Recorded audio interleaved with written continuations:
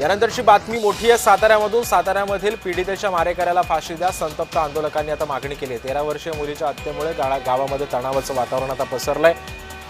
साताऱ्यामधली ही भीषण घटना घडलेली होती। संतप्त आंदोलकांनी या पीडितेच्या न्यायासाठी मोर्चा सुद्धा काढलेला होता। या आरोपीला लवकरात लवकर तात्काळ अटक करून त्याला शिक्षा ठोठावण्यात यावी अशी मागणी आता या आंदोलकांनी। या शालेय विद्यार्थिनीची निर्दयी हत्या केल्याच्या निषेधार्थ मोर्चा सर्व धर्म समाजाच्या वतीनं आणि सातपळे ग्रामपंचायत ग्रामस्थ युवक त्याला फाशी शिक्षा झालीच पाहिजे। माझ्या पोरगीचा सहजासहजी जीव गेला असेल। मागच्या वेळेला बंदच झाली होता, दोनदा त्याने अत्याचार केलाय। माझ्या पोरगीला मी मारून टाकली विहिरीत त्यानं। त्याच वेळेला जर न्याय मिळाला असता त्यावेळेस मी संशय म्हणून त्याचं नाव सांगितलं होतं मी, पण त्यांनी लक्ष दिलं नाही, दाबून ठेवली केस।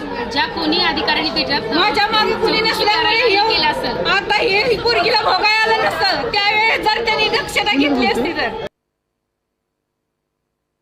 सदैव या मुलीवर जो अन्याय झालेला आहे, म्हणजे हा गुन्हेगार हा सराईत गुन्हेगार आहे। म्हणजे यापूर्वी सुद्धा त्यानं अशाच प्रकारचा एक गुन्हा करून माझ्या ऐकिवात असं आहे की त्या 2 गुन्हे असे केलेले आहेत। त्या मुलीला त्या ठिकाणी विहिरीत टाकून दिलेले, म्हणजे अशा पद्धतीचा हा सराईत गुन्हेगार आहे। या सराईत गुन्हेगाराला या नराधमाला फाशीची शिक्षा झाली पाहिजे आणि हा जो गुन्हा आहे हा फास्ट ट्रॅकवर चालला गेला पाहिजे।